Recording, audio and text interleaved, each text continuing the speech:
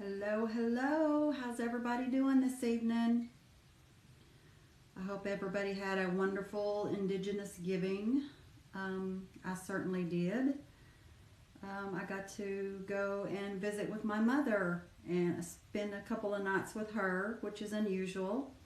I haven't had a Thanksgiving off in years, so I very much enjoyed getting to go see my mom and get to spend some time with her and talk about growing up and a lot of my culture. Hey, uh, just a lot about my culture and visited with my sister, my nieces, my brother-in-law. Yeah, it was really a good time. Hey, how's everybody doing? Did everybody have a good Thanksgiving, Indigenous giving holiday? I hope everybody did. I did. I had a really great one. I just got to visit with some family that I haven't seen in a long, long time. So I really enjoyed it. Like I said, we got to talk a lot about kind of times gone by, um, when we were children and growing up and how we grew up indigenously. And what was so wonderful was that 90% of our conversation in the entire household was in Cherokee. And I'm telling you, it's been a bit of a minute since I had full on conversations in my native language, and it was nerve wracking because, to be honest, I've lived up here for about 16 years, and I'm telling you, if you don't use it, you lose it. Even though it was my first language, it was something for me to get back into the habit of just everyday conversational speaking in my native tongue. But it was really, really great, and I really enjoyed it.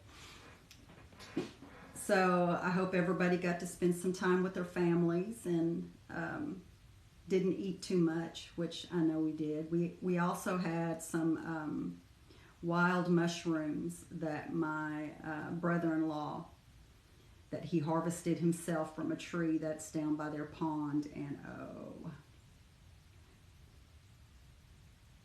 manahu, hello, and mono. Okay. We say hello is oco, and you say hello, how are you is oco, tohiju.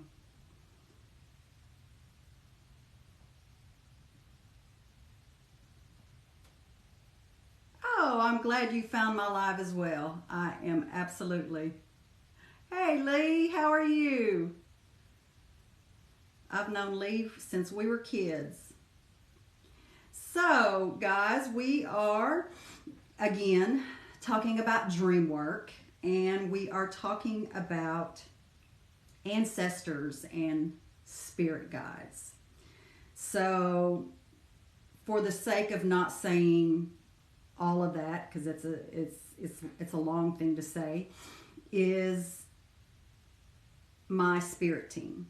So that includes my spirit guides and that includes my ancestors, because a lot of my ancestors are also my spirit guides. So my dad is my main spirit guide, and he's only been gone for about 6 years, but he took over. I call him the coordinator.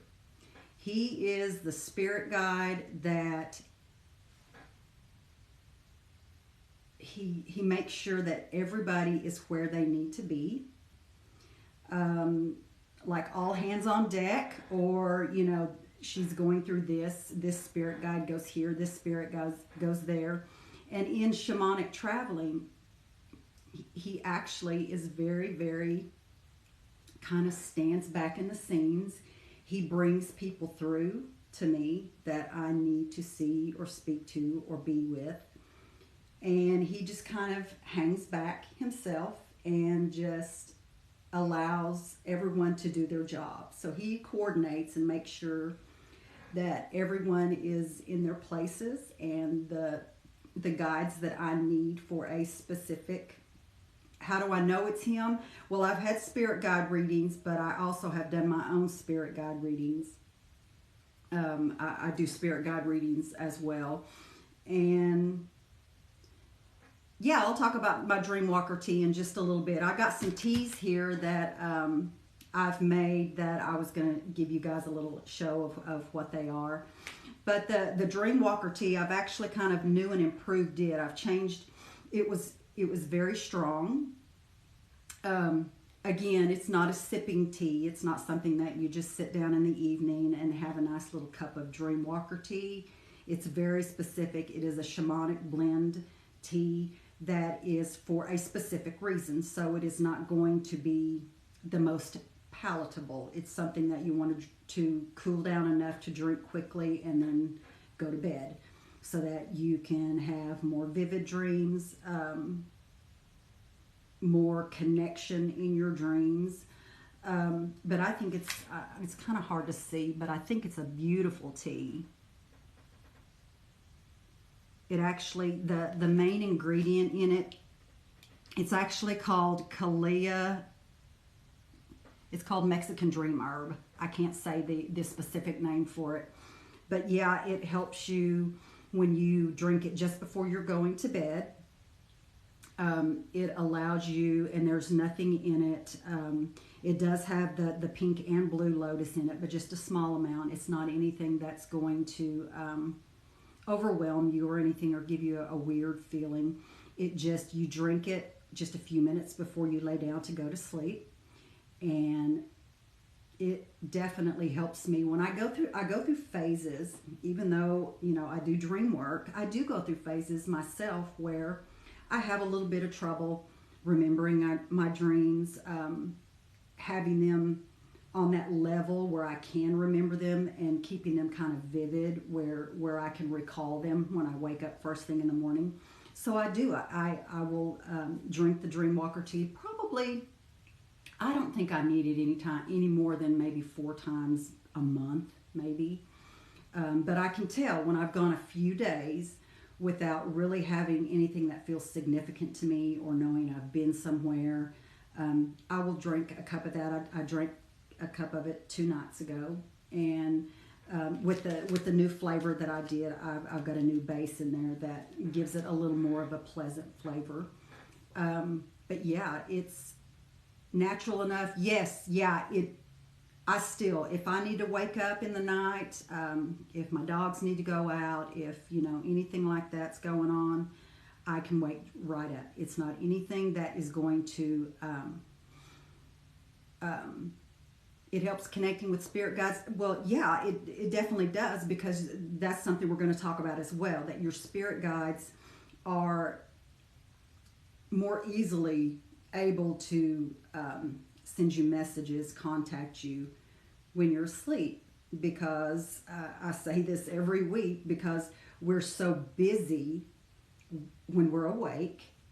We're so busy with life, with work, with what is going on in our lives, getting the kids to school, making sure that, you know, the animals are fed, the whole 9 yards, work, that you don't always see the messages. You don't always see the signs. You don't always notice when they're kind of whispering in your ear or giving you that intuition feeling in your gut. It's very, very easy when you're awake to dismiss those.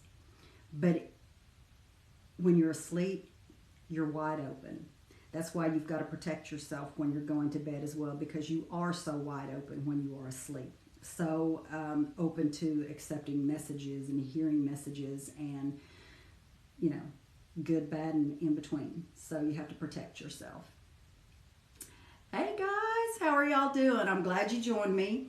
I don't really have this set agenda that I'm going by, so we're just kind of talk about. We're talking about my Dreamwalker tea right now. So the name, people are like, okay, so that's going to help me to dreamwalk like you dreamwalk. Not necessarily. If you dreamwalk, you dreamwalk. If you don't, you know, that's something it takes a long time, but you can learn to do. I just named it after me. That is my special blend of tea that helps with dream work. So that is why it's called Dreamwalker tea. Now, if you can dream walk or if you are prone to dream walking, this definitely can enhance that for you. Oh, hey Shay. Yeah, it's on my site. It's called Dreamwalker Blend Tea. I also have my Sleepy Dreams Blend Tea. It's beautiful. And it's basically just chamomile, lavender, rose, and it has pink lotus in it. So it does calm you. It does kind of put you in that mode to go to sleep so that you can have some really nice dreams. So if I had to explain the effects of it to someone who wasn't spiritual, everybody understands dreams. So just say that this helps to put you in that level of sleep that helps you recall your dreams better or to remember them better when you wake up in the morning. It doesn't mean that you still shouldn't write them down because, like I said, you are going to have these dreams and think, oh my God, that was so profound. That was such a message. I won't forget that one. And then when you wake up and, you get your blood flowing and everything, you forget. And you think that it's something that you will not forget. But for the most part, unless it is something that is super traumatic in a dream, super scary in a dream, you're going to forget it. So always write it down. Even if you do remember it for a very short period of time, you're not going to recall it for very long. So they're just like, they're messages that you need to unpack. And if you are trying to go off of recall and trying to remember them 2 weeks later, like I had 2 very important dreams, let me see, what were they? You're not going to recall them. But if you've got them written down, you can refer back to your dream journal. A spiral notebook is what I use. You're going to be able to go, okay, this and this, and you're going to be able to break it down, and it's going to make more sense to you. And sometimes it can almost just tell a story. Still use a black horse? Oh, no, you can still use a black horse. I'm still connected. I still sleep with mine beside my bed because that is something that is helping me to connect to you guys. I'm not going to just put that aside just because I'm no longer using that with someone else. I put that out there for all of you guys. So if you ever are needing me in a dream, needing me in the astral plane, I will be able to be there. And I still do that. I still have people telling me that I'm still coming into their dreams. So yeah, never talk about your dream. Why is that? Never talk about your dream. Dreams are literally your sleep therapy, because basically it is trying to put into things that we can understand what is happening in our lives, what is happening in our day, in our waking life.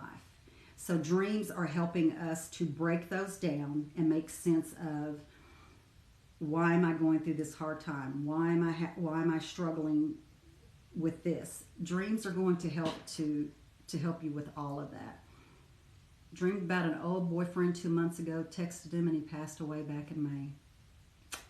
Yeah, that was probably a dream about him. Could have just been a visitation from him, just to let you know that he's no longer on this side of the veil.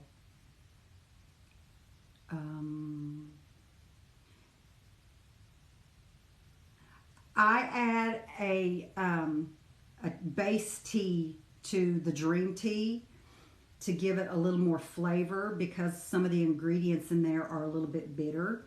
So I do a base of a peach apricot tea, and everything else is added in with that.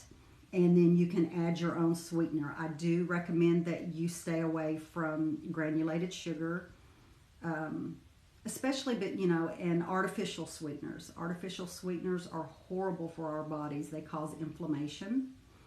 If you have issues with anything, inflammation, retaining fluid, anything along those lines, artificial sweeteners make your joints hurt, give you just these strange pain-like symptoms that you don't know where they come from. So I recommend that you use either honey or stevia. Now, in some of these teas, I do add natural stevia, which is the stevia leaf. It's not chemicals, it is a natural herb that I put in there. Also, we have the meditation tea blend, which was the Blue Raven. I've changed up a couple of things on there, and yeah, so that is something you can use at any time. I do recommend that you use that in the evening when you are finished with your day, when you don't have to, jump in your car and go somewhere, because it gives you a feeling of being able to just like disconnect your brain, and you feel very laser focused and very able to disconnect from the world, basically from all of the external stimuli that's going on. And yeah, it really, really helps you to get in that space of where you want to meditate.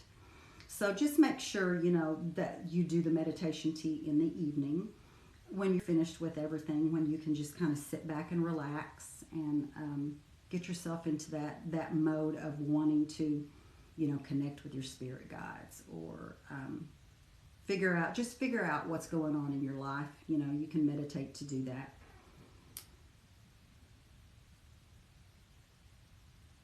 Oh yeah.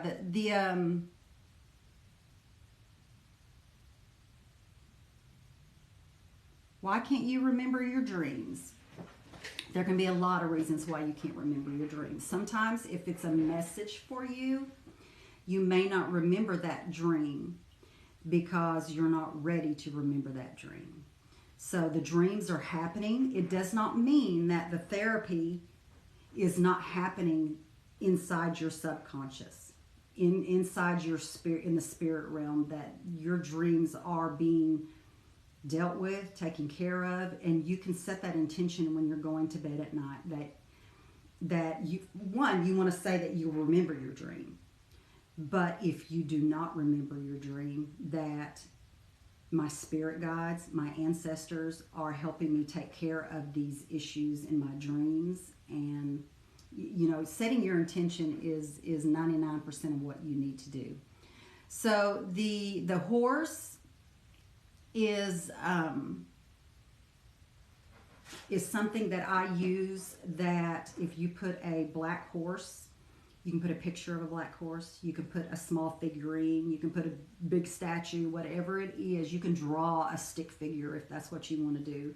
But a black horse is kind of my calling card. If you are in a dream and you come up against something that is scary, you feel like you can't get out of, you feel like you're kind of floating out in the astral plane, you can call out to me and I will come to you. That black horse kind of tethers us together. And you can also set that intention when you're going to bed at night, because nobody knows when they're going to have a dream that is going to make them feel uncomfortable, that they can't get out of, that they can't deal with. So just set the intention that if for any reason I have a dream that I feel scared or lost or in any way uncomfortable, I will call out to Pam or Native Dreamwalker, any way you want to put me, and so that I open myself up to her to come and help me. Because when I go to bed at night and I set my intentions for all of you guys, I always say that because my house is so guarded and so warded and protected that nothing can get through that. I say if someone is in the astral plane or someone is in a dream and they need my help, that they can get through to me. So I always know that people can reach me that way. I will come, absolutely, if you need help. And people will tell you all over that I have been in their dreams. You don't slow down with your ADHD brain much. Yeah, I get that. I heard you aren't supposed to be able to read in your dreams, but you did a couple of days ago. I don't think I've ever had a problem reading in a dream. I've never heard that, to be honest with you. I have always heard that you should not look, thank you, that you should not look at a mirror in a dream. Of course, unless you're lucid dreaming, where you know what's happening in the dream at that very second, how do you really know if you're looking in a mirror or not, if you're not in control of your dream? But I have always dreamed of looking in mirrors. Now, there has been a couple of instances where I was looking in a mirror in a dream and it was not me. I knew, even though I was looking in the mirror and recognized that that was me in some form, it did not look like the me that I see now. In one, I remember very, very vividly, I was a very long ago Native American female with thick, long black hair, and my skin was so dark and beautiful. And I remember that it shocked me enough in my dream that I was, because I have short hair obviously, and I've had short hair for many, many years, that I'm like, and I could feel it on me.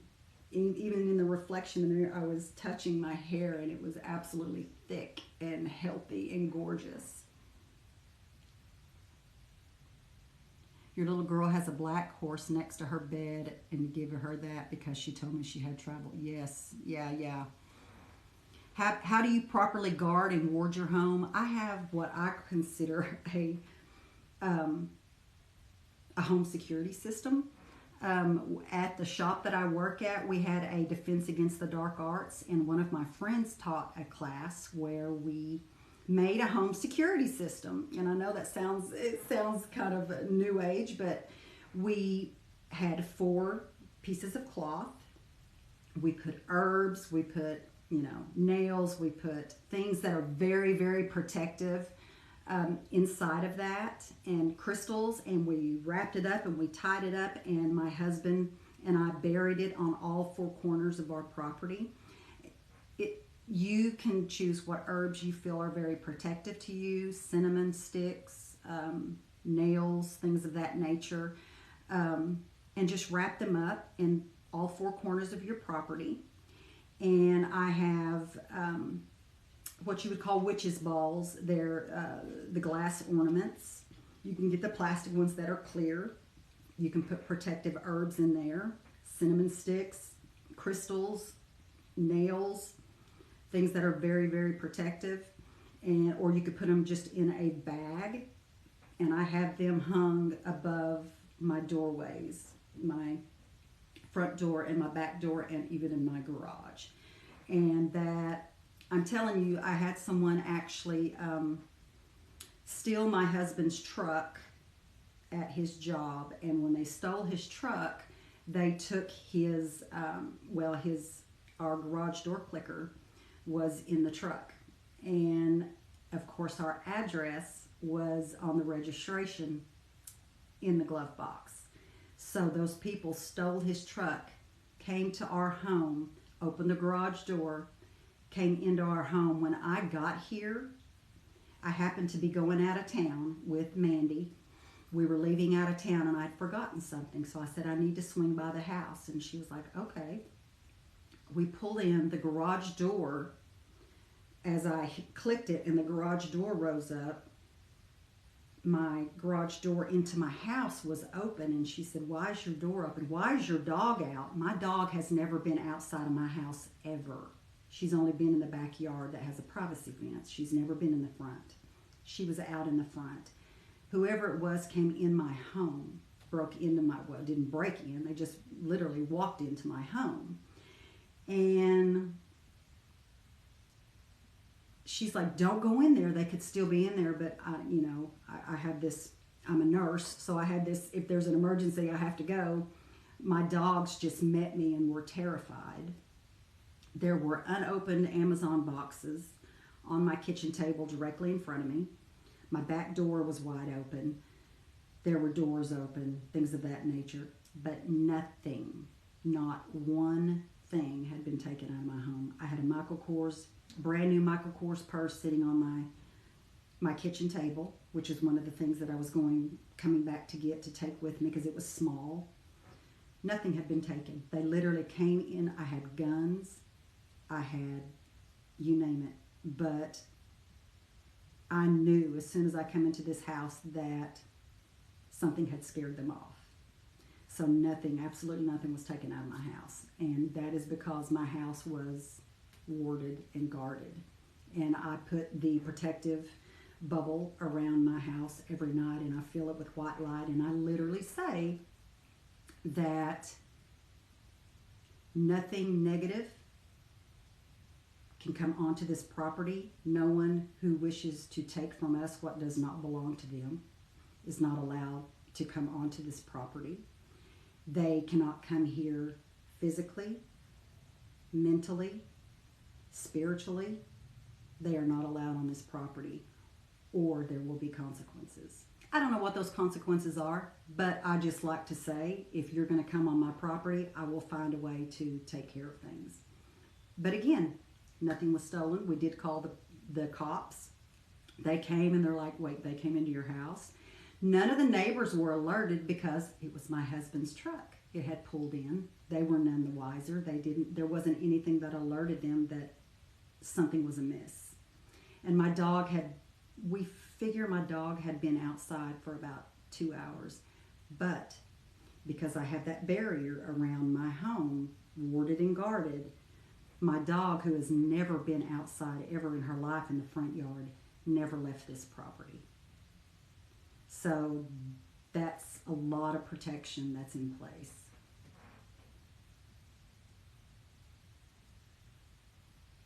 Iron nails. Yeah, absolutely. Nails. Nails are wonderful to do in any protective spell jars, witches' balls, anything like that. Like I told you, the cloth that we buried, those are very protective. Just imagine somebody getting a hold of a nail.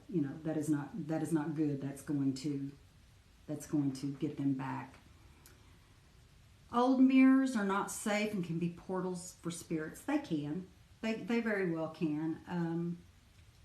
Because my house is so guarded and warded, I don't necessarily lock any of my mirrors, because you can use sigils, you can use protection sigils, and use holy water or a holy oil, and just mark the sigils on any reflective surface. Really, I mean, if you think about it, you think about mirrors. Anything that's a reflective surface can be a portal.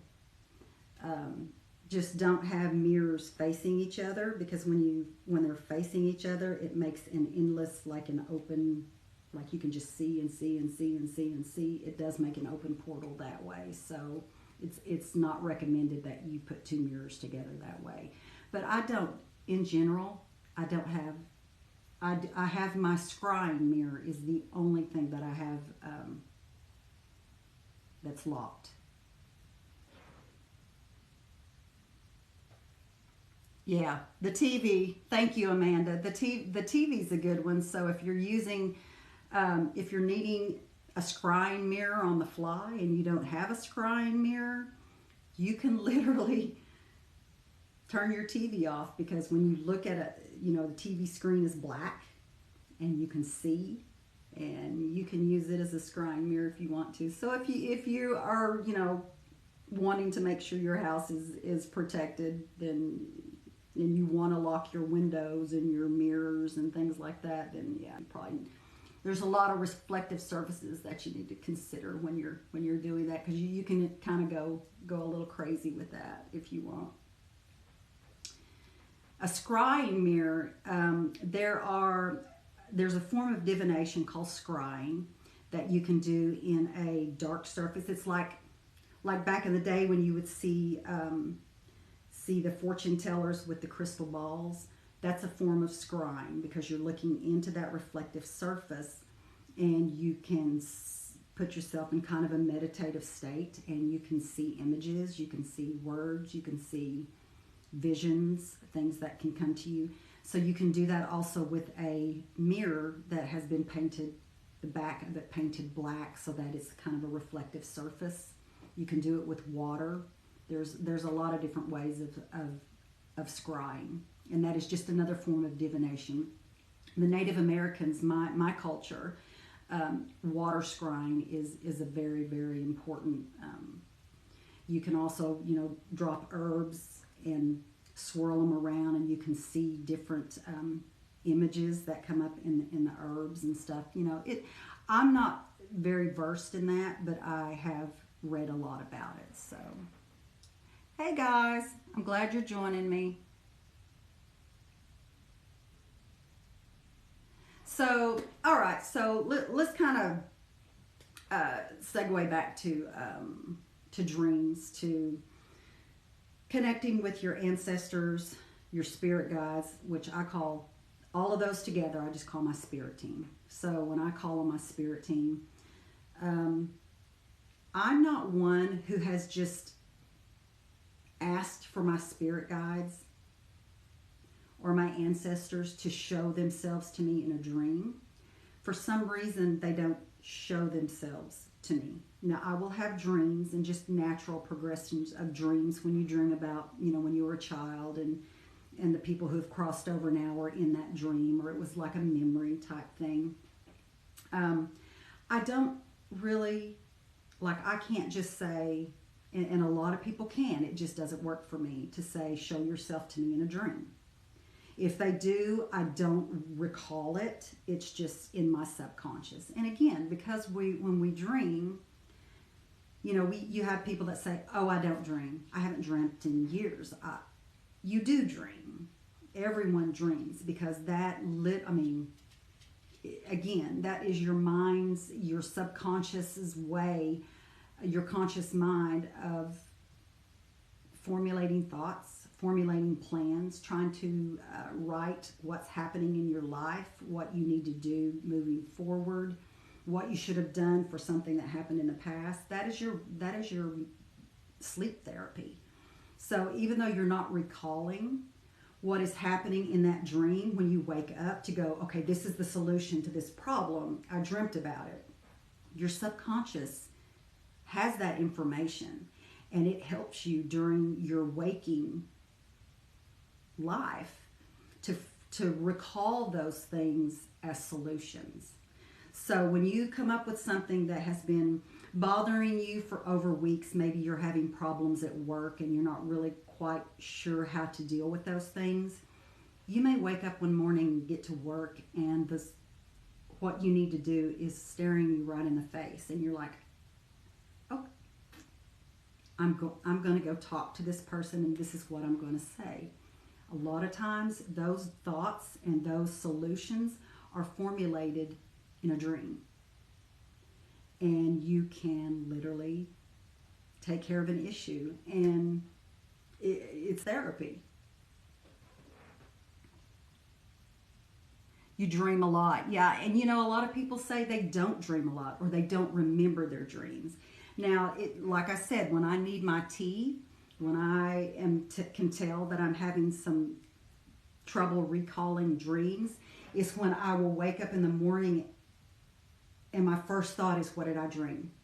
And it still won't come to me. And sometimes along through the day, about midday, just this quick little thought of, I'm just about to remember a dream, just when it kind of hits me, and then it's gone. That is so frustrating. So that's when I do drink the Dreamwalker tea, because it does help you connect more easily and recall your dreams when you wake up in the morning. So when I realize I'm having some difficulty with that, then I do drink my tea. You're dreaming of you and your boyfriend getting married. Does that mean it's going to come true? It could just mean that it's a deep-seated desire that you have, and your brain is trying to formulate those plans, maybe, in case that does happen. It doesn't necessarily mean it's unless you have prophetic dreams, it doesn't necessarily mean it's something that's going to happen. It's just such a deep-seated desire in your heart that you are dreaming of those things. Just like people who don't have children, who can't have children, but they do have dreams of being pregnant, giving birth, raising children. It's just such a deep-seated desire that we have, that our brain tries to formulate solutions to that. And sometimes there are no solutions to that, but maybe the only way that you can experience that feeling is to feel it in a dream. So sometimes our psyche can help us there.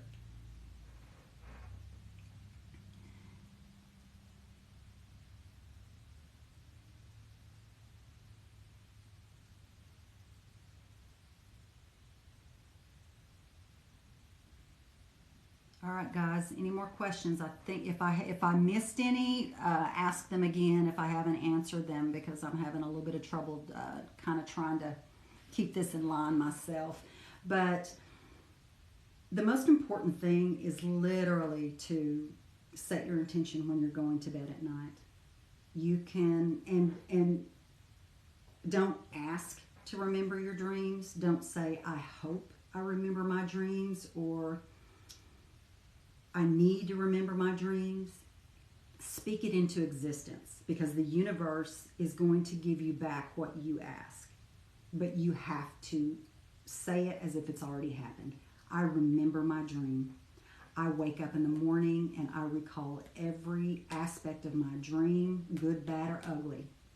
I'm able to recall it enough to write it down. And when you're writing it down, you do not have to wake up with a pen and paper and have this long, drawn out, I was walking down the street, I saw 2 dogs. You don't have to do that. Just say street, walking, 2 dogs, raining, scared. And your brain is going to plug in everything that went with that, so that you can recall it. And then you can, later when you do have time to sit and recall everything, you can do the story, write the story out. But you don't have to do that right away. When you wake up in the morning, you may only have enough time to write down 5 key points, but you can go back and plug in everything you want to do that later. Can stress put off your dreams so you don't really dream? Absolutely. Stress, work, your daily life, and if you think about it, you have so many people who are caring for disabled people at home. They're caring for loved ones. They're caring for family, for children who are special needs. And you have to wake up so much in the night, or you have to know you've got your brain trained that you're sleeping so lightly, because you don't want to not hear them, or hear an alarm, or know that you have to get up and turn them, or do something with them in a couple of hours. Your brain is literally not allowing you to go into those deeper levels of REM sleep, which is when dreams start happening. So it's not good. I would love to say, don't do that, because your body, when you go into REM sleep, that's when your cells regenerate. Everything that, all of your cells renew and regenerate when you are in that level of sleep. And I would love to say, you can't do that. You have to get that sleep. But for those people who are caring for someone who need to be able to wake up quite suddenly and not go into such a deep sleep, you do have those problems, and you don't have that sleep therapy. You don't have your brain's way of trying to solve things that are happening. So, it's no wonder why you're more stressed, you're more anxious, because you're not finding those solutions that you need, and you're trying to deal with it all in your waking life. And sometimes that is just horribly hard to do, and I totally feel for you. I've taken care of special needs children on ventilators and special needs in the night, and I know how the parents are. I know how they, even though I was there, I'm a licensed nurse and I'm right there and I'm dealing with it. They hear an alarm, they're awake. Their brain is just wired that way from years of having to deal with that. So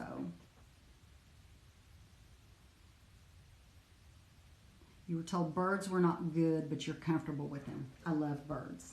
Crows and ravens, I love. Owls, I love. I love all birds. I have a multitude of bird feeders in my backyard. So no, that there's a lot of Native American culture, and I'm sure all over the world, that if a bird comes into your house, that it is a harbinger of death, or it can mean something that is not a good, a good omen. Basically, it's not a good omen for that to happen.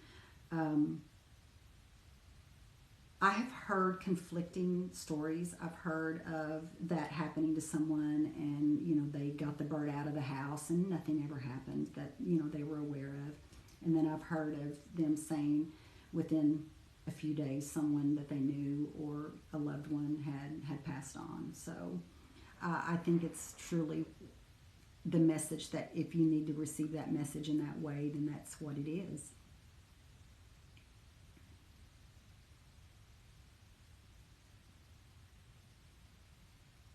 Yeah, stress is ugly. Stress does a lot to us. And oh, you're a special ed teacher. Yeah, you get that totally. I know. I know.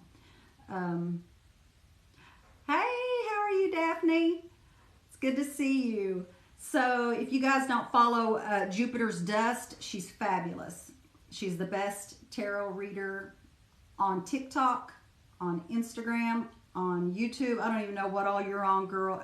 Clapper, I think. But yeah, if you guys ever want a tarot reading, she's your girl.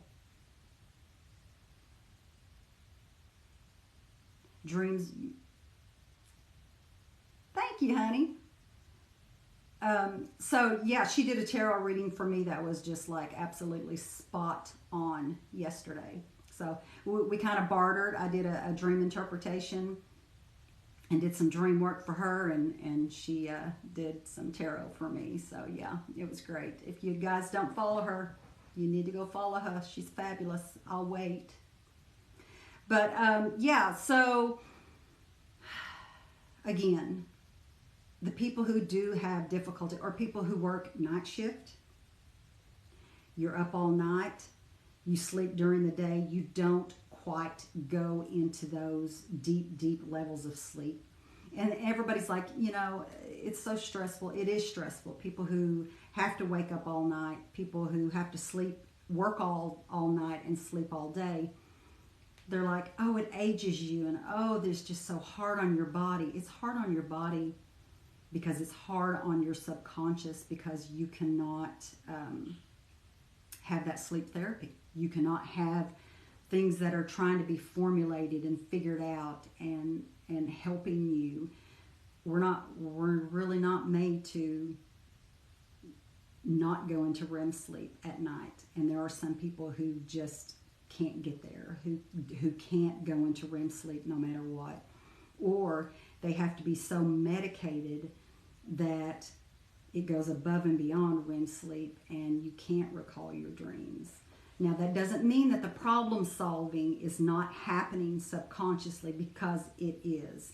And you wonder why you wake up refreshed in the morning and you have a better outlook on something that has been stressful for you, because your brain, your subconscious, have been figuring things out in the form of dreams, in the form of, even though they don't make sense sometimes, you have really odd dreams that you're like, what does that have to do with anything? That I don't understand why I would be dreaming of things that make absolutely no sense, because the dreams, the messages that we're getting are from the ethereal, from a higher level of beings, that your angels, your spirit guides, they're such a higher level, and their comprehension is completely different than ours. Our little human brains could not even begin to comprehend what something on that level can understand. So they have to break it down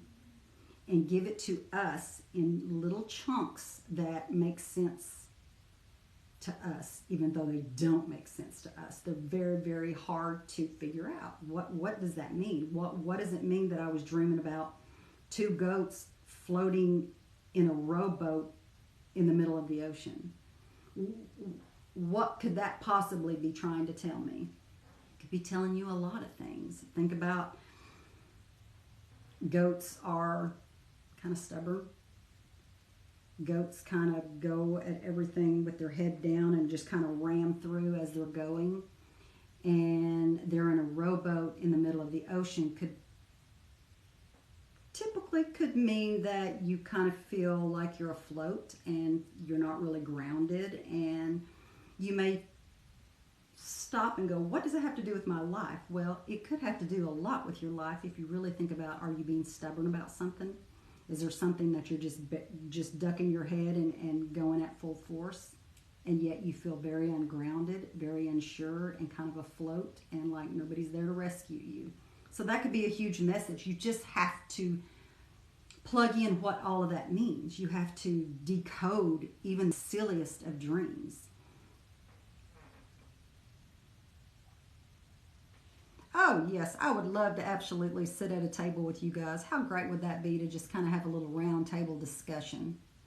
All right, let me get back up here. Thank you, Daphne. I appreciate that. Keep dreaming you're in a different home other than where you live. Yeah, that does happen. Now, you can have a dream that you're in a place that you have never, ever been to in your life, yet you know it's your home. Or you could be in a building working and you know you've never been in that building before, but in your subconscious and in your dream, you know exactly where you're at. And you know everything about it, and you know everything about the building, even though you know you've never been there. Or you could be talking to someone that you've never met ever in your life, but just know that there's somebody that you've always known. Sometimes snippets of our past lives come through in our dreams.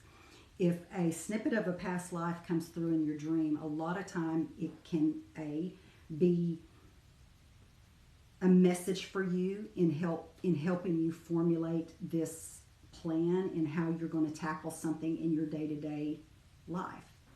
Or it can simply be that there's something in your past life that is bleeding through because it is affecting you in this life.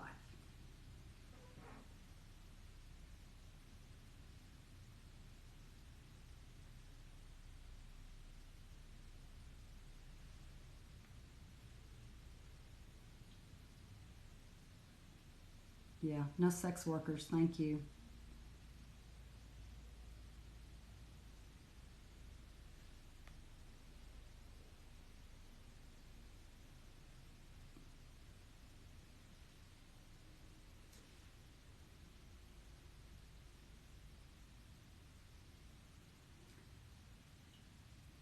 I'm not sure why I can't get them to block. Does it make sense that you feel more spiritually connected when you're asleep than awake? Absolutely. And it's like I said earlier, when you have everything in your life that when you're awake, you're worried about getting up, getting the kids off to school, taking care of your family, going to work, making sure dinner's made. Just like the noise of the world and of your waking life keeps you from hearing any messages, sensing any messages. So what's the next best thing? When you're asleep. Because when you're asleep, you have no worry, you have no stress, you have everything just kind of falls away, and you are completely open to any messages that you've ignored through the day. Not necessarily ignored, but just were not in a place to take care of at the time. So yeah, it's absolutely, you definitely can feel that way. You had a dream, but it was like you were watching a couple's life. You were no part of it. Is that a past life? It could be. I wouldn't even be able to say yes or no without sitting and having a conversation with you about it. But absolutely, it could be a past life, or it could just be your psyche and your subconscious trying to figure out something.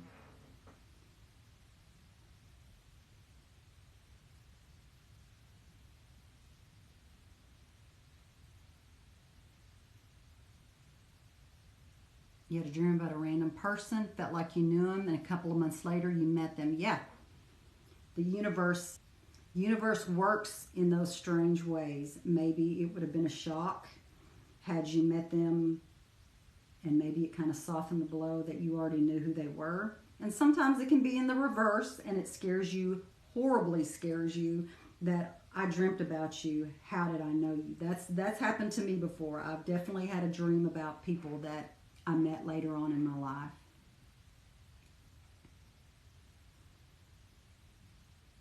Hey, good to see you, Amber.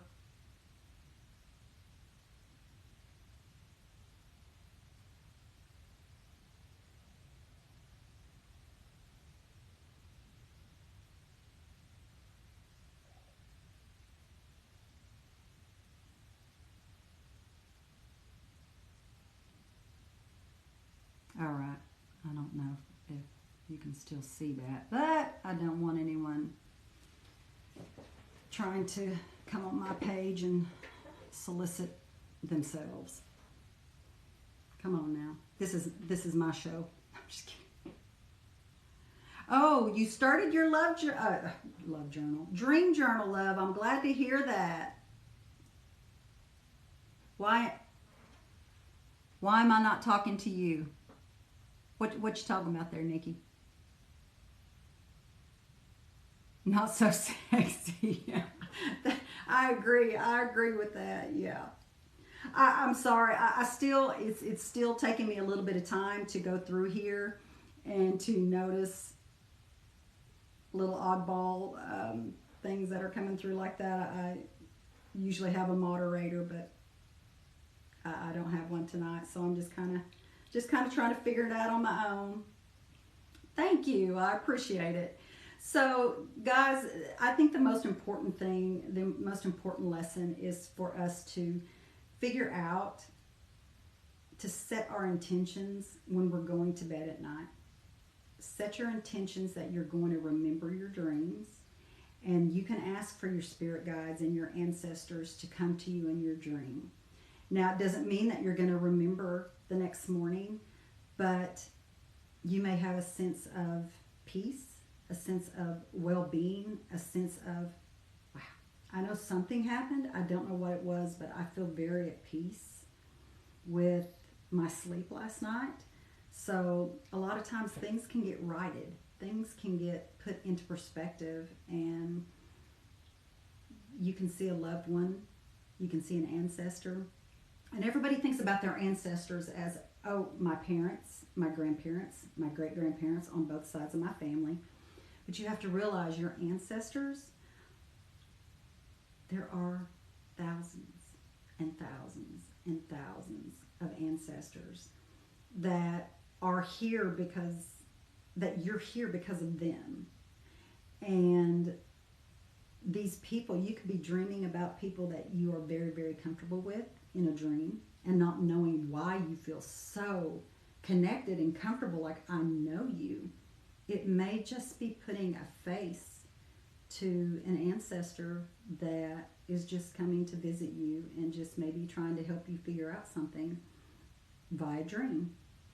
So you never know. Yeah, Nikki, you can ask something. Yes, I'm so glad that everybody has started keeping a notebook by their bed. Now, some people are just like, no, I'm not about that. Use your phone. You can have a note on your phone and just type in, with me, I don't like to do that because it wakes me up too much. It like gets those brain cells going too much, and I can't remember if I have to stop and type on my phone. So using my note on my phone is not great for me. I'm very rudimentary, so I just need to reach over, grab my notebook and my pen, and then just scroll a few things to help me remember. Because once you do get up and start moving around and your brain cells start kicking in and your oxygen flow starts, you forget. You forget something that seems so profound when you were kind of in that half wake, half dreaming, half asleep state. You start forgetting all of that stuff as you get up and move around. So famous last words, and guys, don't think I haven't done it. I have literally woke up thinking I will not forget that dream. Holy moly, and I cannot wait to get to work and to tell Ashley about my dream. She's just going to freak out. And then I get there and I go, oh my God, I've got to tell you. Holy crap. I had the greatest dream and I wanted to tell you about it and I forgot. And it may or may not, I could later on in the afternoon, I could recall it and let her know. But for the most part, it's gone. It's gone forever. You can use your microphone. Absolutely. You can voice record.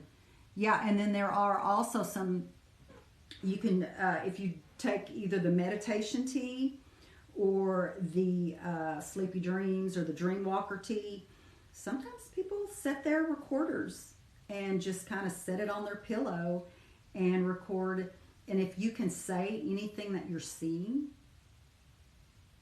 if you're meditating and you're seeing something, a lot of times people have difficulty with that.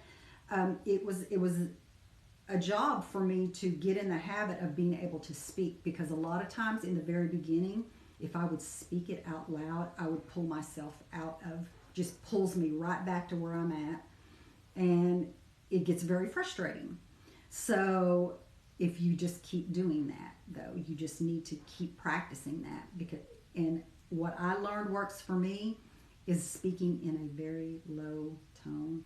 And I know that I've got the recorder close to me, and if I speak very low, it's not like this loud and pulls me back into my body.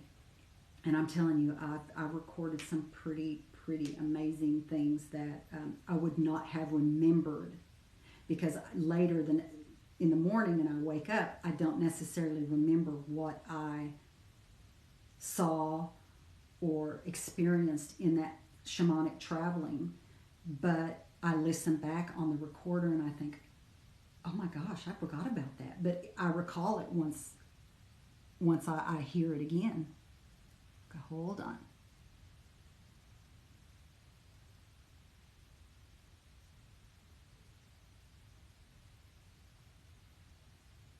You hear a voice call your name often. You look around and no one is there. The voice is very loving.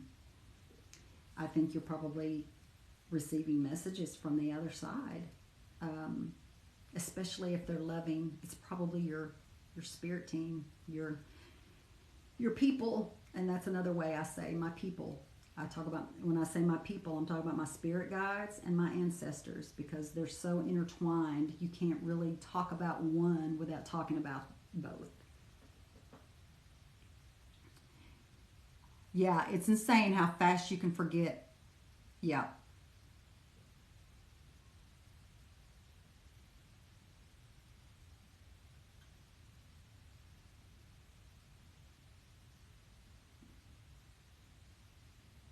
Put one on.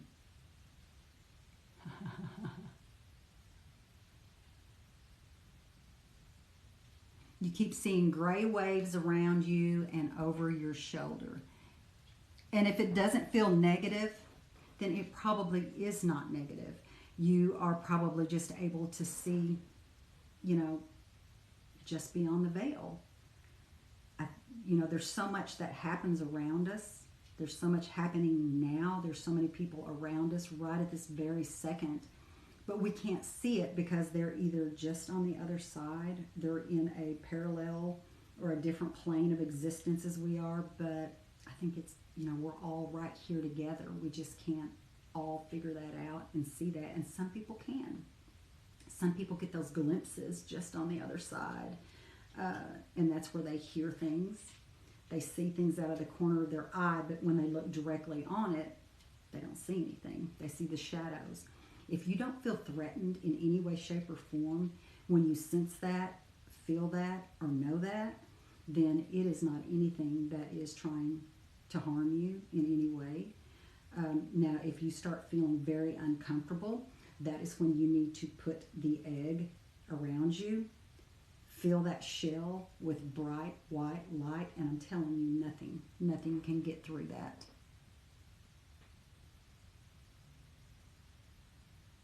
Oh, well, I'm glad you found me again, too. Hey, Ashley, I was just talking about you.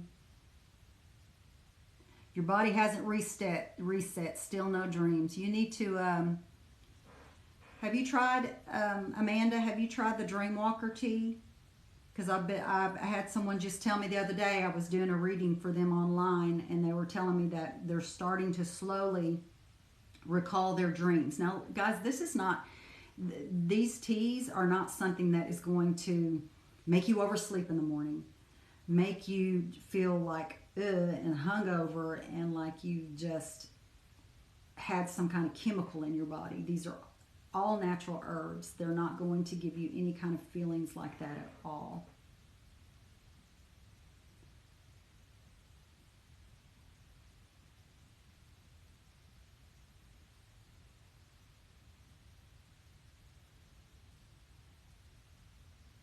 Are we in a parallel and our twin on another plane of existence?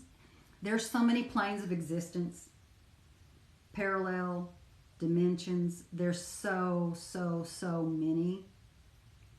You couldn't even begin to count how many different scenarios of planes of existence that we're on.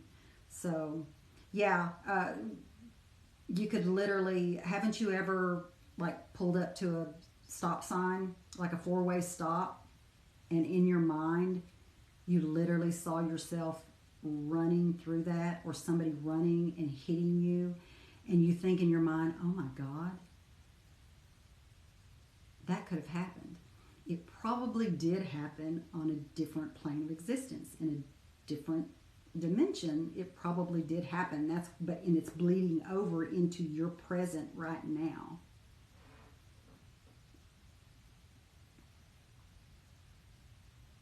Haven't been anywhere to send it to yourself. Well, if you order it, I can get it sent out, and it'll get to you in 3 to 5 days. I know that you're somewhere in 3 to 5 days.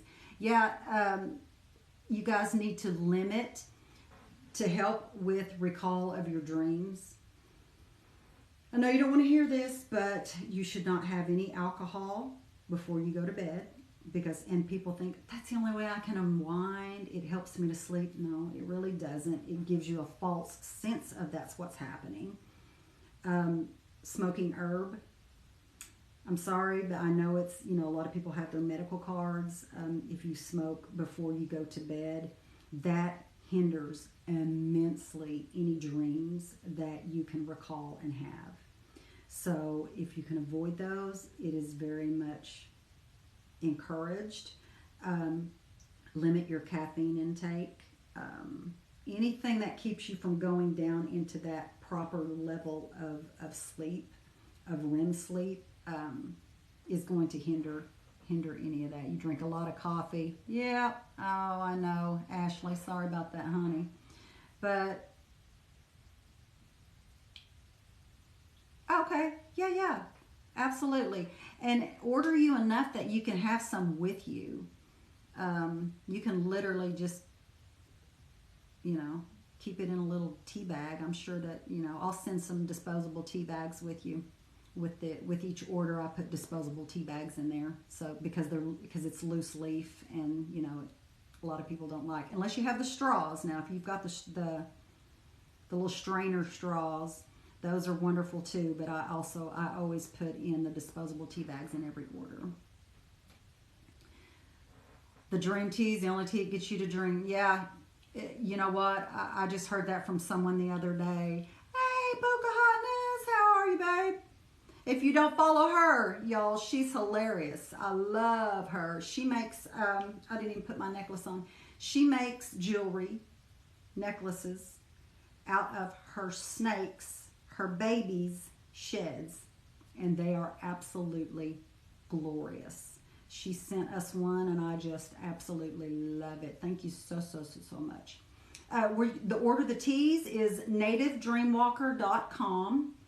I have the meditation tea blend. This is probably next to the Dreamwalker blend, is probably the strongest that we have, that I make. It is peppermint. It's very simple. Peppermint, Damiana, pink and blue lotus. If you have any kind of liver issues, you need to be really careful in how much of this that you use. You don't want to decide you're going to shamanically travel and meditate every night for a week, because Damiana is hard on your liver. So I have liver disease, so I do this maybe once to twice a week, no issues. But if you are on medication for your liver, if you have liver issues, just be very mindful. It's pretty strong. And then the Dreamwalker tea, it has pink and blue lotus in it as well, but it also has the word that I cannot say, Kalia Zacatachichi, which is Mexican dream herb. We'll just call it Mexican dream herb. But you can see in the picture here, it's the big leaves here, and that's the main ingredient in that. It helps you to connect, and it helps you to be able to recall. It helps you to have some pretty vivid dreams, which who doesn't love vivid dreams? And if they turn scary, just call out to me. I also have the menopause teas, guys. I have the day blend and night blend menopause teas, and they help with hot flashes, night sweats.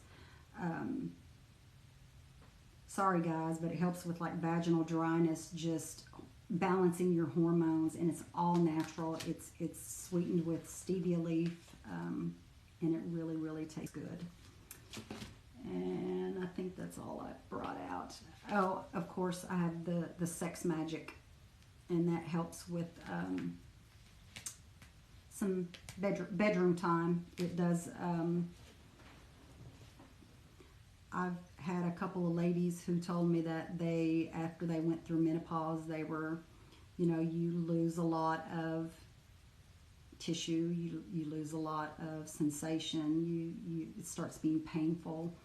But this actually helps with that, and I've had women tell me that things that are going on in their body, they can start to feel a reawakening of things that are happening. So if you're interested in that, it's on my site as well. And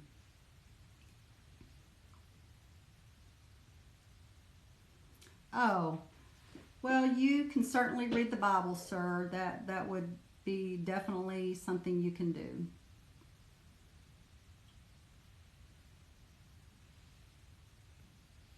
Let's see.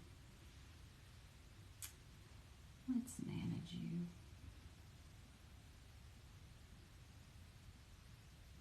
I don't know why they want to come Bible thump when I'm talking about sex magic. You don't know what to get. Well, if you're wanting something for dreaming, then you can do the Dreamwalker tea, because it really helps with vivid dreaming and recalling your dreams and connecting in your dreams. And then the meditation tea blend is something that also will make you a little bit sleepy. And then I have the Sleepy Dreams tea, which has pink lotus in it, but it also has like chamomile, lavender, things that are very calming. So, just go on my website, nativedreamwalker.com, and yeah, I've got free shipping on all of that through December 20th. So, yeah.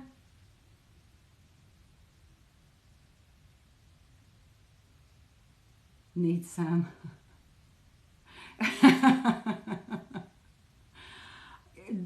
Yeah, they picked a... See, I don't have a moderator, and I get Drive By Jesus, and I didn't at all last week or the week before get Drive By Jesus, and I had moderators then, so... Oh, like the Sleepy Dreams, there's probably 5 to 6. It literally, you just need a teeny tiny teaspoon of each of these. So it doesn't look like a big bag, but there's a lot in that one. So you could probably split this 5 ways, 4 ways, depending on how strong you like it. The Sleepy Dreams doesn't have any kind of a base tea to it. It literally is just chamomile, lavender, rose, and pink lotus. And then you can sweeten it. Like I said, stay away from granulated sugar, anything like that, or any artificial sweeteners, because those are not good for you. And they can cause a lot of inflammation, which when you're in inflammation, you don't sleep as well. So, you know, you're kind of shooting yourself in the foot if you put a lot of sugar or something like that in it. Honey's fine, although you're going to get the natural sugar from that, and then the stevia. The strongest one would be either one of the Dreamwalker tea is probably the strongest because it has the Mexican dream herb and pink and blue lotus. Now this has the pink and blue lotus, but it also has Damiana, and Damiana is pretty strong. Like I said, if you have any liver issues, be mindful in how often. It's not like you want to drink this every night before you go to bed at all.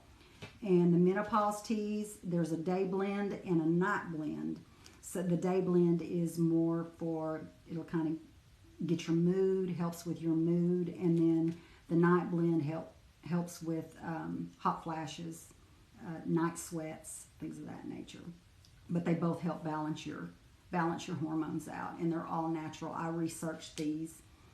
I worked very hard on the menopause teas. So yeah, and I take them. I like to have so many that I have to pick and choose which teas I'm going to do when, because yeah, or I'd be drinking tea all day. So do I wait? Okay. Custom blends, yes, I do. You can just message me on nativedreamwalker.com. Just email on there. Send a message to me and say, hey, I need a custom tea blend. There was one that I forgot to. I have my blood sugar balancing tea.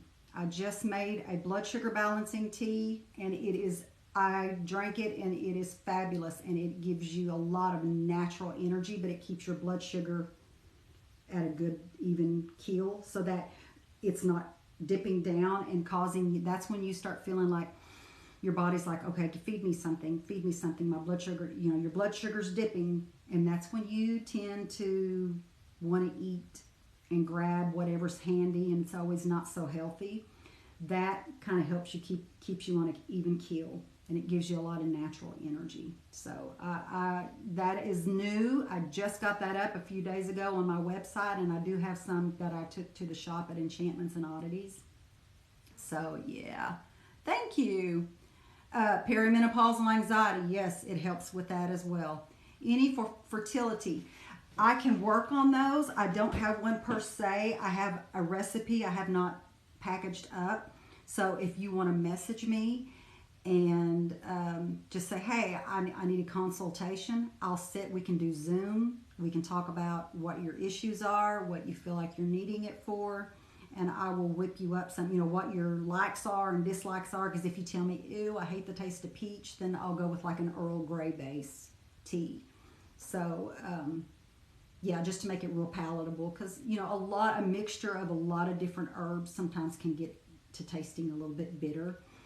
Or if you say, hey, I don't like peppermint, I don't like the minty taste at all in tea, we can do that. We can work with that with you.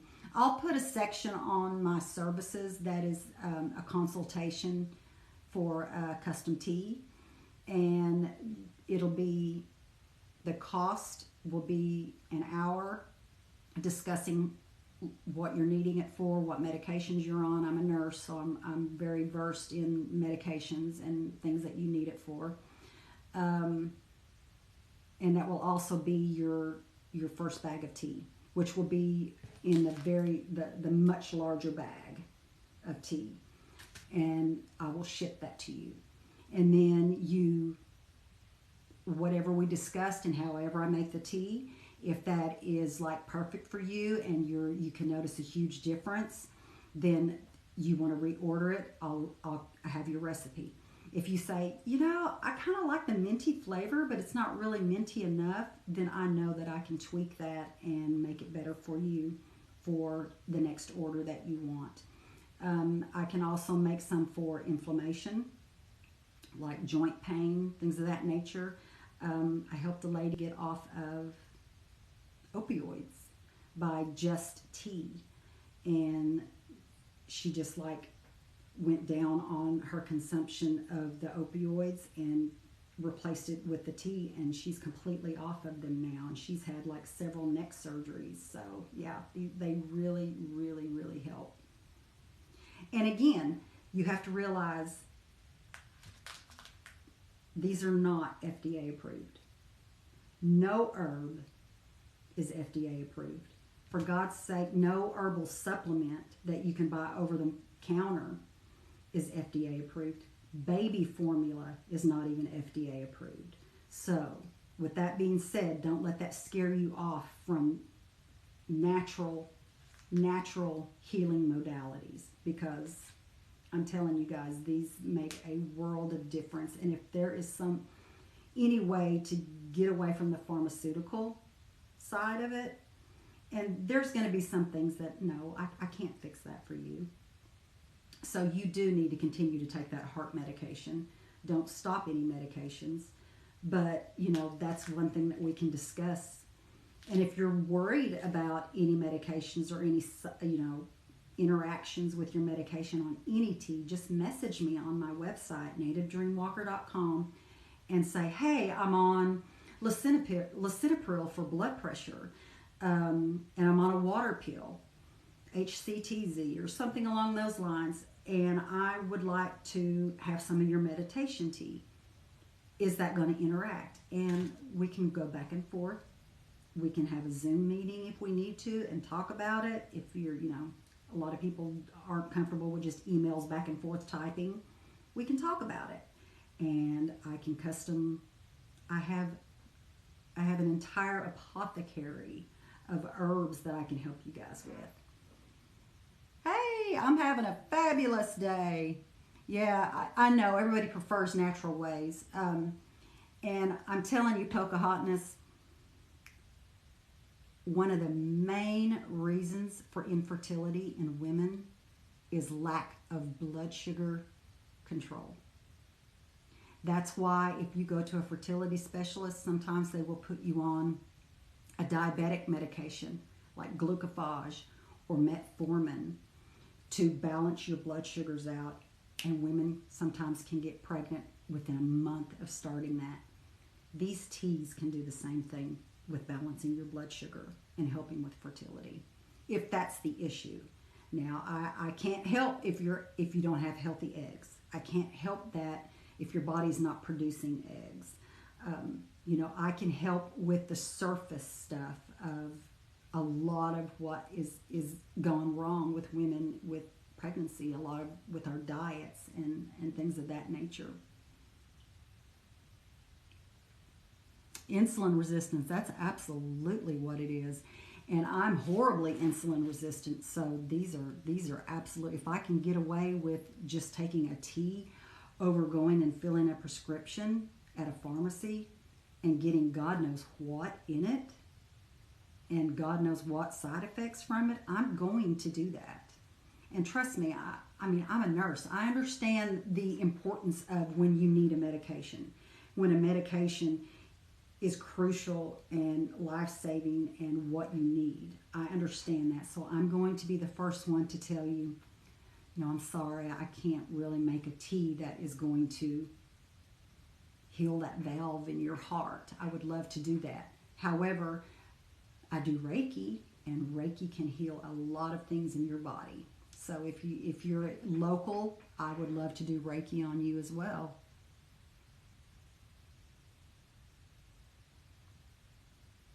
Oh, yeah. Absolutely. I'll help you anytime we're ready. Use Evening Primrose, the nurse was like, what's that? Yeah. When you start mentioning herbs and things of that nature, doctors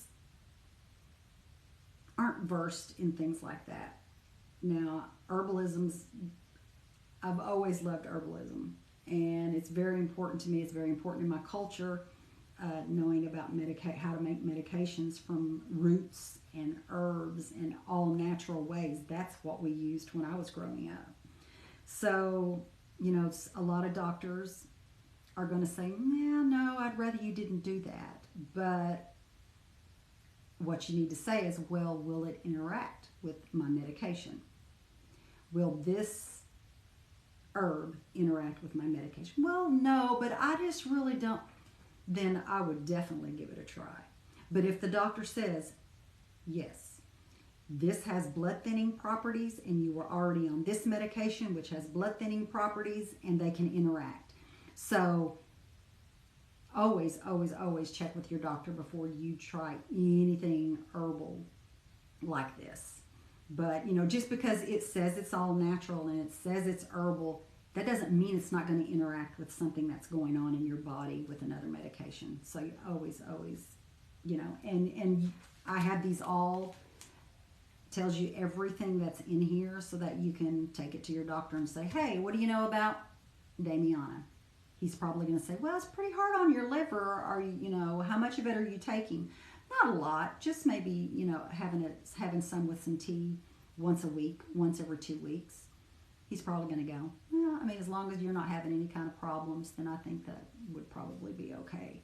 But if you're saying, oh, I drink a cup of it every night, he's going to say, yeah, that's hard on your liver. You need to be mindful of that. But I also put that on the label too. If you have any liver issues, it's best to be very mindful of how much you take of that.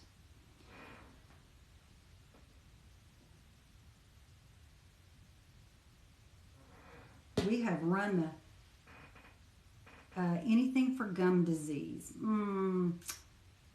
I would have to really just go through my books and research to come up with a tea, but I'm sure there's something. If you wanna message me on there, you can say, hey CJ, how are you? I'm great. We're talking tea. We're spilling the tea. I have put the blood sugar tea, guys. I recommend. That is not, I'm not going to sit here and go, oh, all of my diabetics need to go and get my blood sugar balance tea. Anybody can benefit from that tea. It is all natural. It is sweetened. And I sweeten it lightly because some people don't like a really sweet taste in their tea. So I do sweeten it lightly with stevia leaf. It's not any kind of powdery chemical type stuff that I add to it, but you're more than welcome to add your favorite sweetener with that, which again, stay away from granulated sugars and stay away from artificial sweeteners. So honey and extra stevia I use in the raw when I need when I'm out and about, and I just open a package of in the raw stevia. So agave nectar is fabulous. It's a wonderful sweetener. Agave is very, I've had gastric bypass.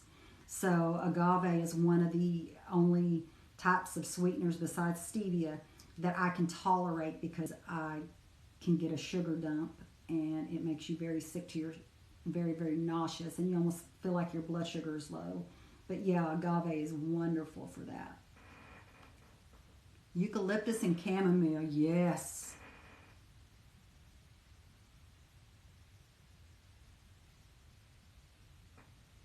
Yes, absolutely it is. It takes you forever to go to sleep. So the sleepy time tea is probably a really, sleepy dreams tea is probably a really good one for you because everything in it is natural. Chamomile, lavender, rose, and pink lotus. Even though pink lotus can have some psychedelic effects to it, it's not illegal. It is, and there's not a lot in it. You're not going to have like some crazy dreams. It's just going to kind of disconnect you and calm you and make you peaceful, basically. And you got, limit screen time, limit caffeine, limit alcohol, and sorry, but don't smoke any herb before you go to bed.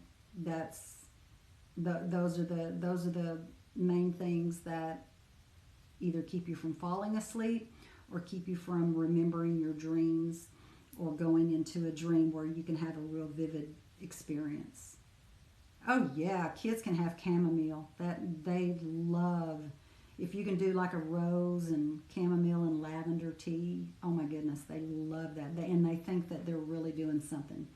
You can fix them, let it cool down, but you can put it in a fancy little teacup and let them feel like they're, having tea time with mom, when all actuality you're just kind of getting them in that calming down phase of going to bed, and yeah, they can sleep great. Your son has insomnia. Oh, Amber. How old is he? Hey, Serena, how are you? Yes. Make it a whole thing. Make it a whole thing where you guys are going to have tea time before you go to bed. You can have some of the stronger tea or the menopause tea or the sleepy dreams tea, and you can fix them just something very basic like lavender, chamomile, rose, because it just looks so pretty, in a cup, and sweeten it with a little bit of stevia or honey or agave for them, and let them feel like they're really a part of this great thing. Let's have our tea time, and then it's time to go to bed, and I'm telling you, it's going to just get them ready. Have their bath, drink some tea, wrap them up in white light, and put that eggshell and white light around them, and put them to bed, and they're going to sleep very well. Busy with work. 14, and he's having trouble with insomnia.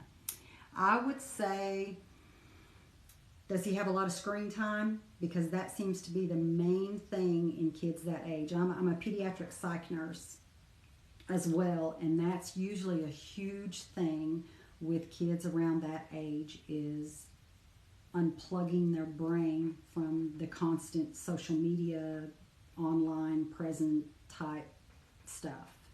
So if you could limit that, I know it's so hard to do, but if you could limit that to like 7 o'clock, and say they go to bed at 10, literally it takes that long, where their brain is hardwired to this constant stimulation, to learn how to unplug that from their brains.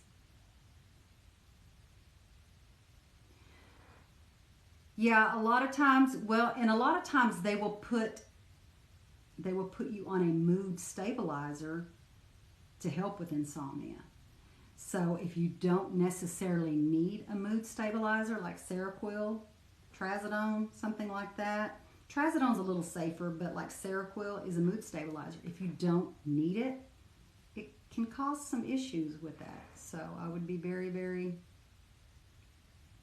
having anxiety. I'm telling you guys, even at 19, the screen time, literally our brains are having to process so fast on social media, on games, video games, things like that, computer time, the stress on your eyes, everything, so that, you're telling them your bedtime is at 11, and at 10:55 they turn the phone off. Their brain is still just wired to everything that it's seen, all the pixels and everything, that it is so hard for them to unplug and shut that part of their brain down, because they've got that part of the brain going that, they're playing video games for one, so they're staying in that fight or flight, and then it takes them forever to get back down to a manageable state to where they can go to sleep.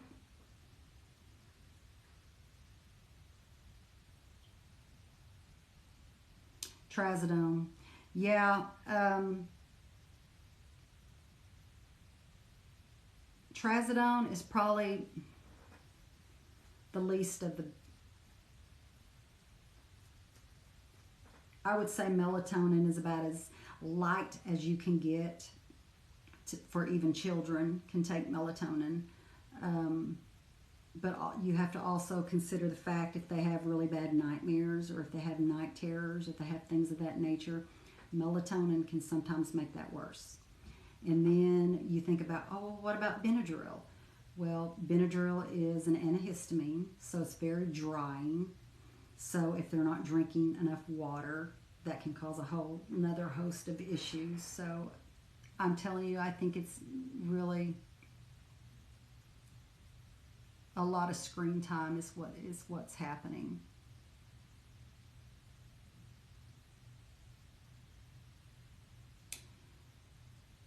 Oh, he's having really bad anxiety, Serena. Yeah, I don't know. Is he not sleeping well? He's had sleep studies and has been seen by many doctors. My oldest had trouble with insomnia that started when he was about 7 or 8 years old, and don't really want to tell you what that wound up being the problem with that. So it was very, his was a very metaphysical issue with his insomnia, because he had a lot of gifts, a lot of special abilities that he could do, and it piqued the interest of one said very dark spirit that stayed with him, and he was scared, so he wouldn't sleep. He's sleeping good. You don't know what's happening with the anxiety. I don't know what it would be, Serena. A lot of times, seriously, during this time of the year, you get a change in it getting dark earlier. Things of that nature can have people just not feeling their best.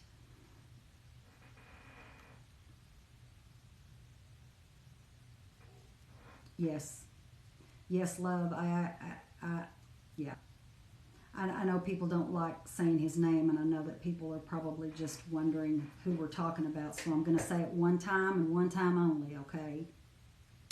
We're talking about the Hat Man, and he has been in my family lineage, in certain males in my family lineage, for a very long time, and he is. I I have him at bay right now. I shamanically traveled and have him at bay, and my son is protected away from him right now. So, and it's taken a lot of work on my part, but it's worth it. So,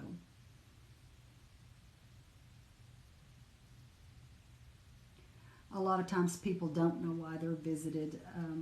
They don't feel like it could be gifts that just have not manifested themselves yet, but they want to keep you from fully stepping into your potential and your power, and then let you feel like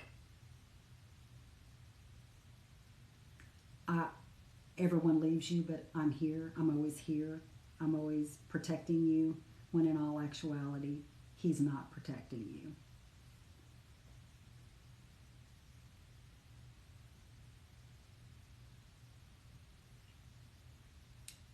Yeah, it was probably the hardest shamanic traveling that I have done to date was to get my son away from the Hat Man.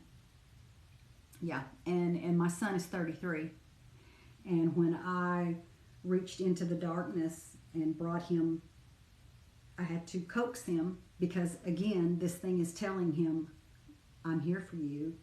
They've all left you. I've never left you. I've always been here. And when I reached to grab him and I coaxed him to come with me, and when I pulled him, I could see him in the light. He was 2 years old. He was about what a 2 year old would look. He looked like when he was about 2 years old. And my son is 33. So I feel like I pulled back the child that he took from me. I feel like he took him from me when he was about 2 years old, and I pulled him to me and held him. And I'm telling you, because my son's 33 and I haven't held a 2 year old Tyler in 31 years, it was pretty remarkable. And so when I talk to him on the phone now, I tell him every day, stay in the light, Tyler, stay in the light. Just, I need you to stay in the light, no matter what he tries to tell you or what he tries to convince you of. Just stay in the light. And he tells me, I'm trying, Mom. I will. I'm trying. I know. I'm sorry.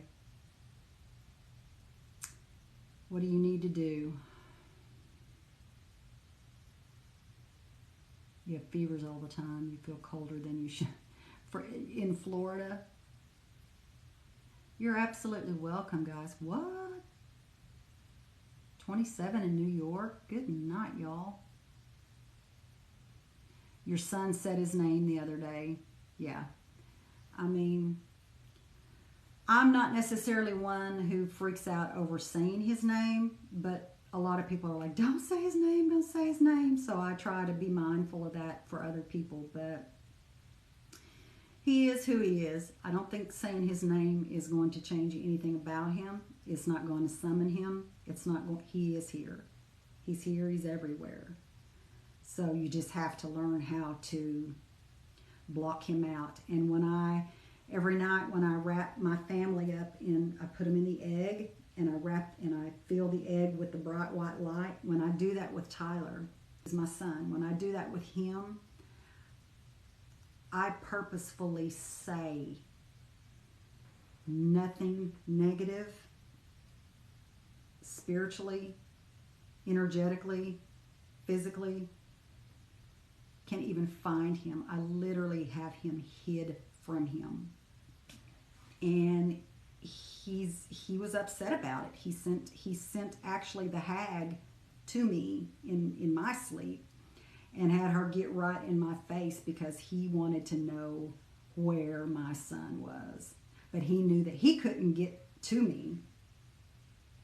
And so, yeah, I just let her know, no, absolutely not. You're not doing that for him. And I'm not telling you anything. And she didn't come back. It was just that one time. So,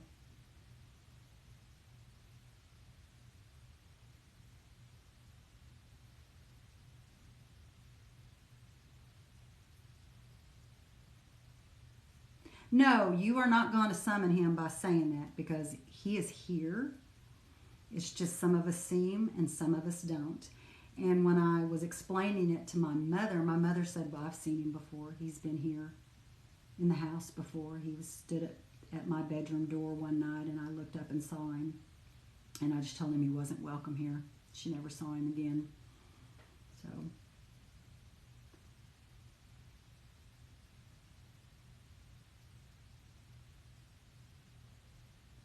when I say wrap him up, what I do with everyone that I love is I put everybody, and I start with myself first, because you have to have yourself protected first before you go around. It's literally like in Christianity, how you lay down at night and you say your prayers and you ask for protection for your children, protection for your spouse, protection for your mother. I literally will put myself in an egg, and then I feel from the top, I fill that egg with white, blinding white light, and then I'm literally bathed in absolute perfect white light. That is protection. And you have to say what can permeate through that, because there are things you want to get through. You want God, or whoever your God is, your deity is, you want them to get through. You want your spirit guides and your ancestors to be able to come through, right? I mean, you want the people you want to be able to come through. And then you also say what is not allowed to come through, which is anything negative, anything that means you any harm, or anyone that you're protecting any harm.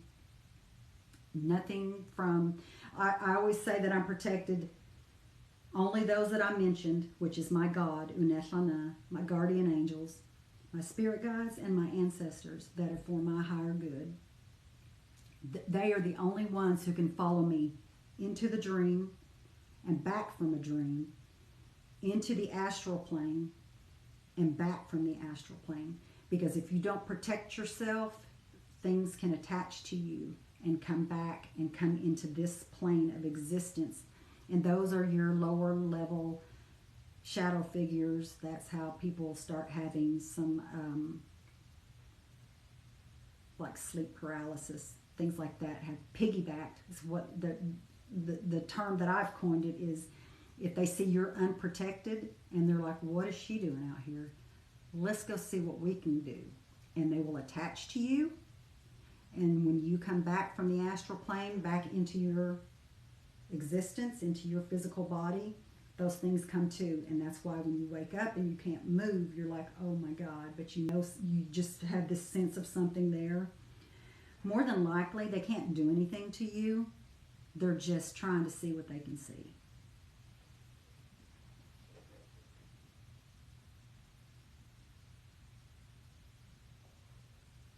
Yeah. And you know what? Also, love, I don't, when I do my whole entire property with the white light, I don't just do a dome. My spirit guides told me that I need to protect and literally under the ground and make a sphere, make an entire sphere, because if somebody wants to get to you energetically, spiritually, they can come from underneath and come up. And what's funny is when I was at my mother's over Thanksgiving, I was explaining that to her, and she mentioned the name, and I can't think of what it was called now, but there are some Native American medicine people, that's how they get to you, is they come from below the ground and up. And she said, so that's really odd that you knew to protect yourself in a complete sphere, even down into the earth. And I said, well, my spirit guides told me that, so obviously they knew that that was a possibility. So,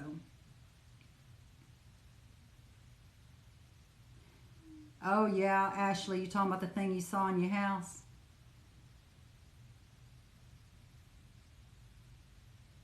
A 30-pound raccoon lay on your back. Ooh. Yeah, guys, I know that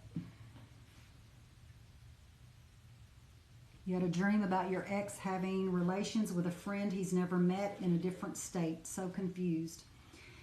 That could be several different things.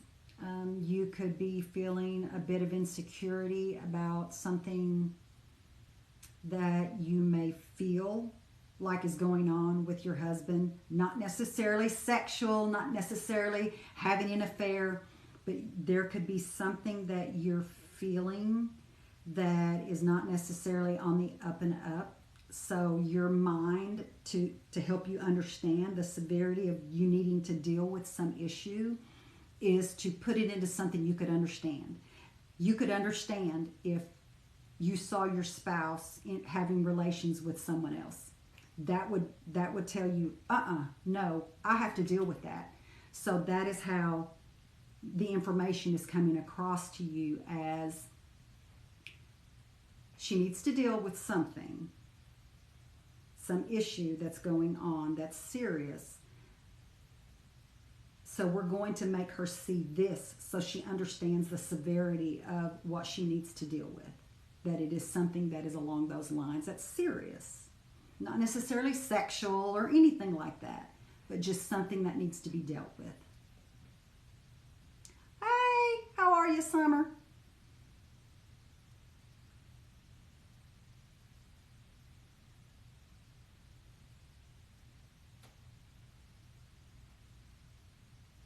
Yeah, change that into a sphere, because I'm telling you, it was a game changer for me.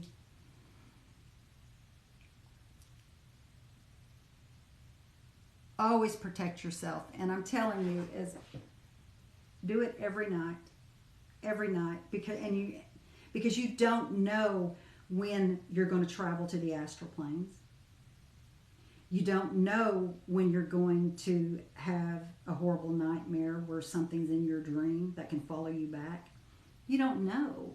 So if you've got yourself protected every night, I'm telling you, nothing has, since I've started doing that, it's been years, nothing comes back with me.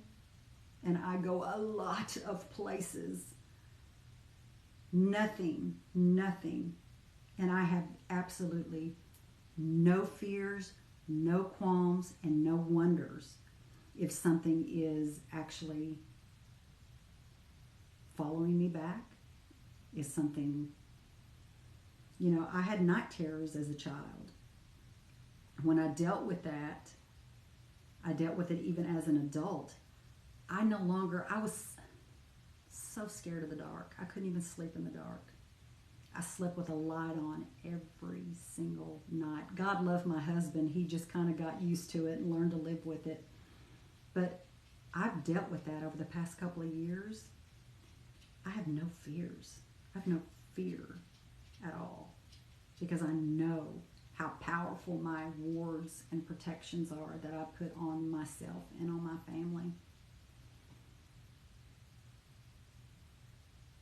How do you know you're in the astral plane?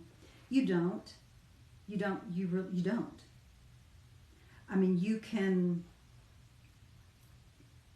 go to the astral plane in a meditative state when you're awake, but you can't control, and some people can, control going into the astral plane in your sleep because you're so open, you're so available, you're so able, because you have no constraints of what's happening in your human brain when you're awake that tells you can't do those things. You don't have that when you're asleep. You have no fears when you're asleep. You have no stresses when you're asleep. So your body goes, we're free, let's go. And off it'll go. And you can't control. Some people can, very few people can, but some people can. But most people have no idea that they're traveling, especially children, which is why it's so important that you start teaching them how to put that egg and filling that egg with bright white light, and literally teaching them how to do it for themselves so that they know they're protected and you know they're protected. And that can even help them in their everyday life. If they start feeling uncomfortable or scared or unsafe at school, they can literally sit and close their eyes and put that egg around themselves, fill that egg with white light and say, this is my boundary. No negativity, no ill will, ill feelings that anybody's throwing at me can touch me. This is my boundary, and no negativity can get through it. So it's not just sleep. I do it when I get in my car and I'm going somewhere. I literally wrap my car in that shell and fill it with white light. And I say that I'm safe, I'm protected, no negativity, no harm can come to me. I will get to my destination safely, and I will return home from my destination safely.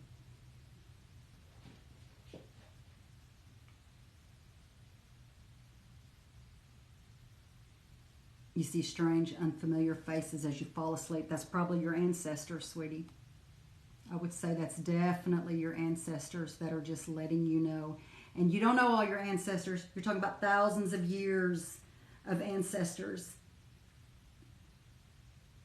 that if they don't scare you, you're familiar with them.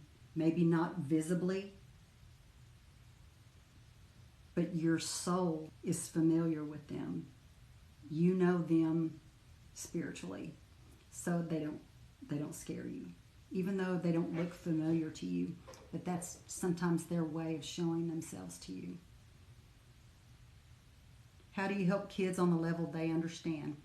Are you talking about the white light? Because if you're teaching them when they're very small, when they're infants up to toddlers, you do that for them.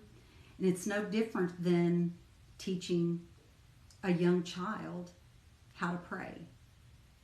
You go to their room at night as they're going to bed and you say your nightly prayers, your bedtime prayers. That is your opportunity to be teaching them that, okay, let's gonna go in an egg. We're gonna put you in an egg and let's fill it up with beautiful white light. And you're safe and you're protected. Nothing can hurt you, but God can come to you, and your guardian angels can come to you and keep you safe if you're scared, but you're protected. And eventually they're going to say, let's do the light. Let's do the shell and the light. And they're going to, do the act of it. And then eventually they're going to do it on their own.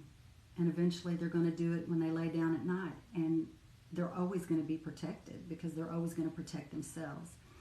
And if they come to you and say, I had a nightmare, or, they come to you the next morning or in the night, and then you can say, did you put yourself in the light? And if they say, no, I forgot, you can say, well, let's do it now. And I guarantee you tomorrow night they won't forget, because they know how well that protection starts working for them. And you sense how well that protection starts working for them.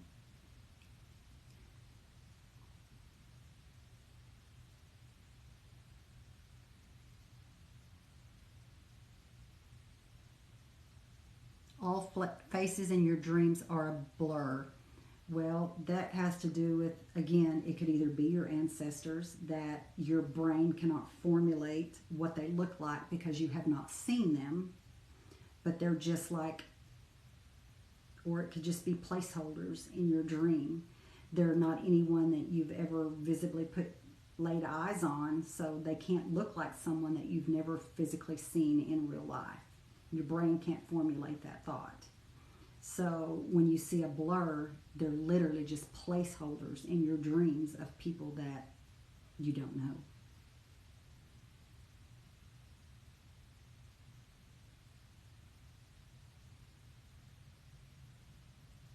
All right, Mama, you said something. Let me see what you...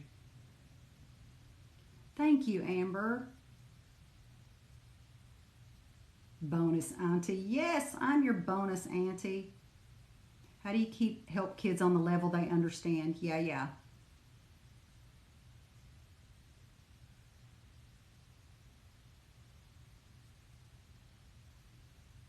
Hey, Nicole. I'm glad you're here. So, yeah, we're just talking about now we've moved on to protection in dreams, in the astral plane. How do you keep yourself safe? Next week, I do have that as next week too. We just kind of go over a lot of different aspects of dream work, recalling dreams, what we need to do to help us recall dreams. So you want to teach are you talking about teaching your husband, Mama? I'm not sure exactly what wonder if you brought something back, or your husband. Oh, from the astral plane. Yeah, so start from now, because those things get bored, okay? If something follows you back, do not think that it's something that is going to torture you for the rest of your life, that it's always going to be in your home, or it's always going to follow you everywhere you go. It doesn't work that way. They're not that complicated. They're not that interested. They're just curious. And if something follows you back from the astral plane, from a dream, and scares the living bejeebus out of you for a day or two, they get bored and they move on. You're nobody special. You're just like the last person I piggybacked on. And they weren't any, I scared them. It was fun. Ha ha. Now I'm just going to move on. So when you start protecting yourself with that shell and that white light, and it doesn't even have to be a white light, guys. White light is what is pure and protective for me. If it needs to be a blue light or a purple light or a pink light or whatever feels right to you, use that. But mine is a just pure white light, and the light is so white that when I'm filling my space with it, it makes a noise. It is this loud hum of a sound. It is so pure white light. And it's not something that you're just gonna boom and it's done and you can do it and it's so easy. I literally have to put forth the effort every night. If I'm extremely tired and I lay down and I start imagining the shell around me and I'm filling it with light, and I know right away that it doesn't feel like the purest white light that it can be, or I have trouble visualizing it. And I try to visualize it in my head, but I also look at myself like I'm sitting in front of myself. It's easier for me to look like I'm looking at myself in a movie. And I'm wrapping, you can visualize it easier that way. And I see the light going down and I feel it up. But then I also, as it's filling up, I can feel it coming around me too. So you have to put forth a conscious effort. If you lay down every night, haven't you ever laid down doing your prayers and you just drift off to sleep because you just are saying the same thing every night and you're bored with it and you don't ever change it up? You pray for the same people in the same order in the same way every night. You cannot do that with this white light. You have to consciously put that around you. And if it doesn't feel like pure white light or as pure as you feel, then I stop myself and I say, okay, that wasn't good enough.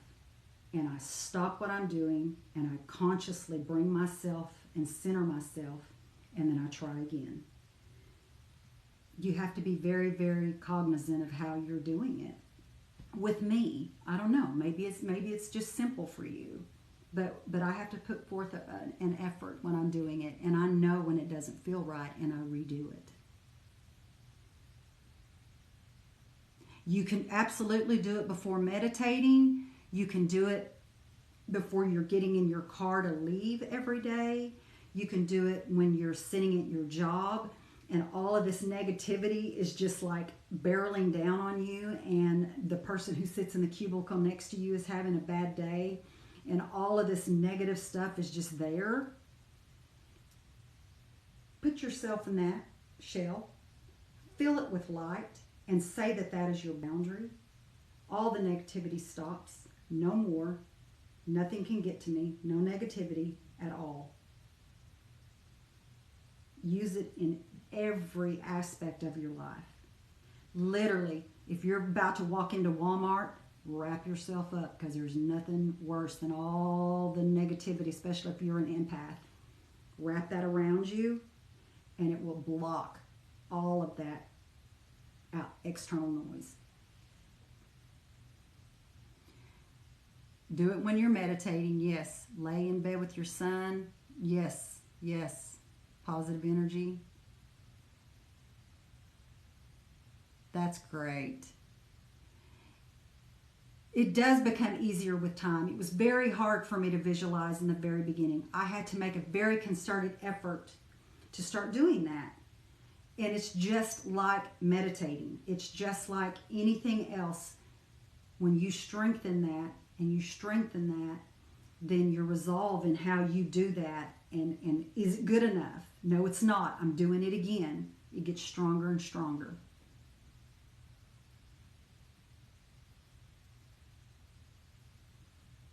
Your spirit guides do talk to you when you're asleep.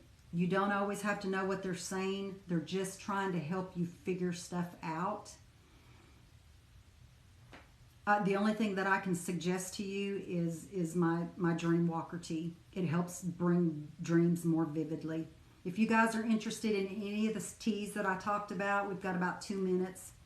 If you guys are interested in any of the teas that I talked about, the meditation tea, the Sleepy Dreams tea, the Dream Walker tea, the menopause teas, the blood sugar balancing teas, they're all on my website, nativedreamwalker.com. And right now I've got free shipping, because shipping is not cheap, but it is free until December the 20th. And oh, absolutely, yeah, I like that analogy with the wall of sand. Gets tougher or stronger when others try to throw stuff. Yeah. Thank you, Mama. I appreciate that. Yeah, that makes a lot of sense.